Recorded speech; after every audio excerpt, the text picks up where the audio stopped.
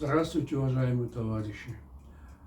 Мы продолжаем цикл наших передач о героическом эпосе кыргызского народа Манасе. В предыдущих передачах я вам рассказывал о том, что мною на основе варианта сказителя Сагынбая Рожбакова написан пятитомный роман «Манас» в прозе на кыргызском языке. Затем я перевел эту свою книгу на русский язык, и оба этих варианта выставлены для продажи на своем интернет-сайте epos-manas.com. В настоящее время я работаю на второй части трилогии «Манас» Семетеем. Мною закончен первый том данного произведения, и сейчас я работаю над вторым томом. Это все, что я вкратце хотел рассказать о своей книге. А теперь, с вашего позволения, я продолжу чтение своего романа. Чтобы проверить правильность своих выводов, Манас обернулся к Бакаю, молча сидевшему на лошади. «Что вы думаете насчет предложения Акбалты?» – спросил его богатырь. «В его словах есть доля правды», – беспечно ответил Бакай, тщательно подбирая слова. «Если мы вернемся в Аил, чтобы собрать достаточно войск, Шорох уйдет обратно домой. Тогда будет крайне тяжело одолеть его». «Я тоже такого же мнения», — обрадовался Манас тому, что их мысли совпали. «Не будем терять зря времени и поступим так, как говорит дядя. Соберем сейчас как можно больше воинов и выступим против Шороха. Они наверняка не ожидают нашего нападения. Таджики ждут нас через 2-3 недели», — улыбнулся Бакай. «По их мнению, именно столько времени мы должны потратить, чтобы сколотить большое войско». «То, что Шорох так думает, это правда», — поддержал его слова Крыл. «На своей земле он намеревается оказать нам упорное сопротивление. При таких обстоятельствах мы должны действовать быстро и решительно». «Правильно», — задумчиво ответил Манас. «Если Шорох успеет вернуться домой, для того, чтобы его победить, многие мои воины могут поплатиться жизнью. Поэтому согласимся с предложением дяди и немедленно отправимся к таджикам». По приказу славного, непревзойденного богатыря Манаса были собраны 60 тысяч воинов. Когда они с белыми флагами, красными знаменами, громкими криками, перевалив через горные хребты, где не ступала нога человека, не проходили лошади, даже не заглядывали олени, пройдя через узкие ущелья, спустились в долину Алая, весть об этом распространилась повсюду. «Пусть Шорох не обижается на меня», — грозно объявил Манас. «Теперь я с ним буду сражаться до последнего». Когда войска рассерженного богатыря достигли расположения врагов, не ожидавших погони, наступил вечер. «Береженного Бог бережет», — подумал Манас. «Не надо начинать бой в темноте. Это может привести к напрасным жертвам. Что бы там ни было, все решится завтра. Если Шорох окажется хоть самим богатырем Рустамом, я устрою ему конец света и преподам урок на века». Приняв такое решение, Манас позвал к себе Бакая. «Брат», — произнес богатырь, — «дайте воинам приказ на отдых». «Зачем? Мы будем здесь отдыхать. Может, нападем на Шороха, пока он не догадался о нашем приходе?» — предложил Бакай. «Нет, не стоит». «Почему?» «Наступила ночь, и вокруг ничего не видно. Кроме этого, мы не знаем особенностей этих мест. А воины Шороха, наверное, как свои 5 пальцев знает Алай. Не будем рисковать. Пойдем в атаку завтра». В этом ты прав, согласился Бакаев. Но на войне во многих случаях победу одерживает тот, кто действует внезапно. Может быть, воспользуясь удобным моментом, начнем битву? Нет, покачал головой богатырь. Как я стал монасом, моим врагам не поздоровилось. При поддержке Всевышнего, создавшего меня человеком, я опечалил Кангай, стал правителем многих мест, уничтожил дангитов, захватил мангитов.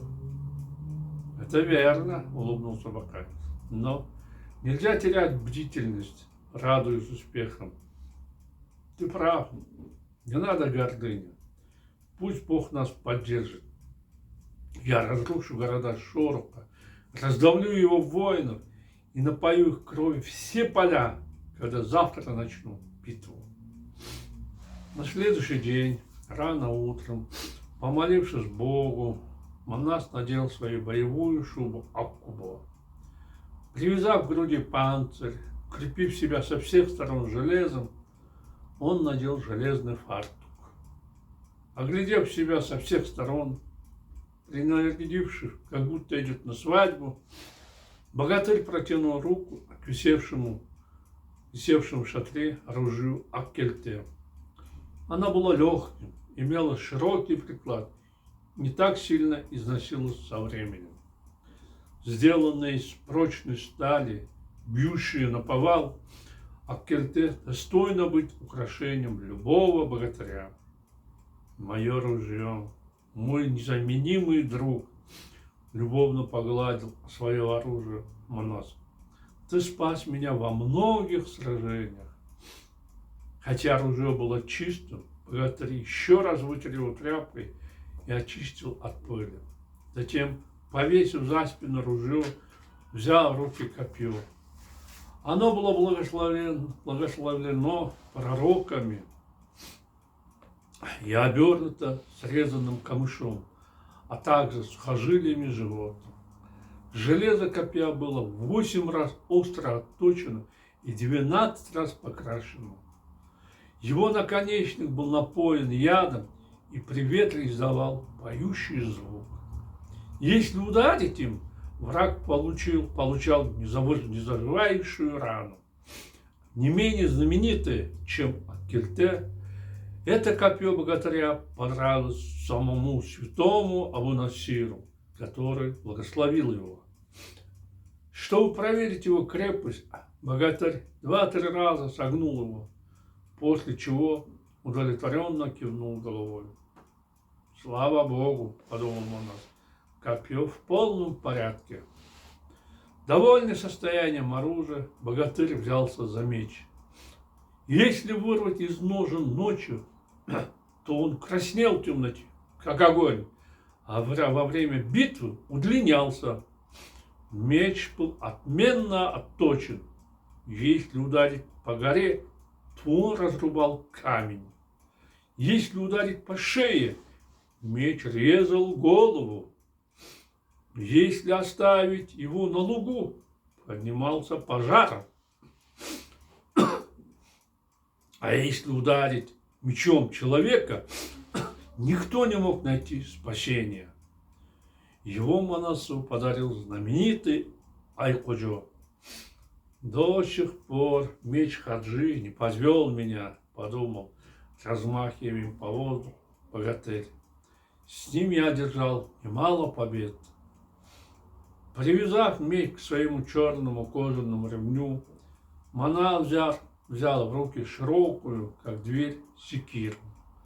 Она была пропитана каменным углем. Ее рукоятка была сделана из крепкого дерева, украшена золотом. До сих пор от удара этого прекрасно сделанного оружия богатыря никто не смог уцелеть. Я устрою кровавую резню народу Шорока, который сам напал на нас, истребил немало моих соотечественников, решил монах. Засунув секиру за пояс, богатырь взял в руки палицу, сделанную из свинца. Верхняя часть была обита сталью, а рукоятка сделана из железа. Моя палица очень тяжелая, подумал Манас. Если ударить ею, то любому врагу придет конец. Выйдя на улицу, богатырь подошел к стоявшему наготове Аккуляю. Его прославленный конь, огромный, как гора, быстрый, как ветер, увидев хозяина, радостно заржал. Мой верный друг, нежно подумал богатырь, сколько раз ты меня спасал от различных трудностей и бед. Послужи мне, моему народу сегодня и принеси нам победу. Богатырь ласково потрепал коня по шее и дал ему красное яблоко, протянутое слугой. Конь, брызгая слюной, вмиг проглотил яблоко. Как бы благодаря Манаса, он громко заржал. Погладив Акулу по лбу, вскочив на него, богатырь отправился в сторону армии Шорока. Когда он подъехал к врагам, калмаки будто взбесились. Их богатырь, рослый, широкоплечий, одетый в синий шлем, державший в руках длинное копье Догошо, взяв с собой 4000-ный отряд, бросился навстречу кыргызам. Когда две армии столкнулись лицом к лицу и начали бой, Лев Манас, находившийся впереди войск, начал беспощадно истреблять врагов. В разгар сражения Манас и Догошо встретились лицом к лицу. Узнав богатыря кыргыза, калмак криво и усмехнулся. На ловца и зверь бежит. Мне здорово повезло. Я встретил Манаса. Убью его. Держу победу для народа и прославлю свое имя на века, подумал Догошо и напал на Манаса копьем. Я здорово ударил Манаса, остался доволен собой калмак. Даст Бог, он упадет на землю замертво, и я выйду победителем из схватки. Но его копье не смогло пробить доспехи богатыря и застряло в них. Манас надвинулся на калмака своим конем, отчего копье Догоши разломилось пополам. Что это? Изумился он. Вместо того, чтобы сдохнуть, Манас стеснит меня конем, хотя мое копье упирается в его грудь. Спаси меня, Бог! Как назло, его конь оказался очень сильным. Мой конь не выдерживает натиска, пятится назад.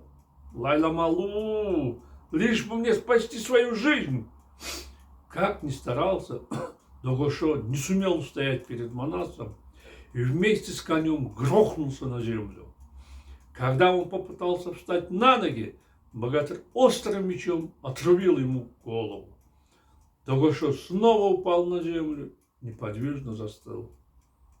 Вдохновленные победой Манаса кыргызы бросились на 4000-ный отряд калмака и в мгновение ока отправили на тот свет 3600 врагов. Увидев гибель своих воинов, Шорох пришел в неописуемую ярость. Что это? Гневно подумал. Что за безобразие? Почему кыргызы, к которым так пренебрежительно относились, сумели в короткое время уничтожить около 4000 моих воинов? Почему наши самые лучшие богатыри не могут одолеть каких-то бродяг? По-моему, богатырь Догошо дал слабину. Чтобы исправить положение, отправлю на бой богатыря Чечендера с 12-тысячным отрядом. Даст Бог, он уничтожит кыргызы и добудет мне победу.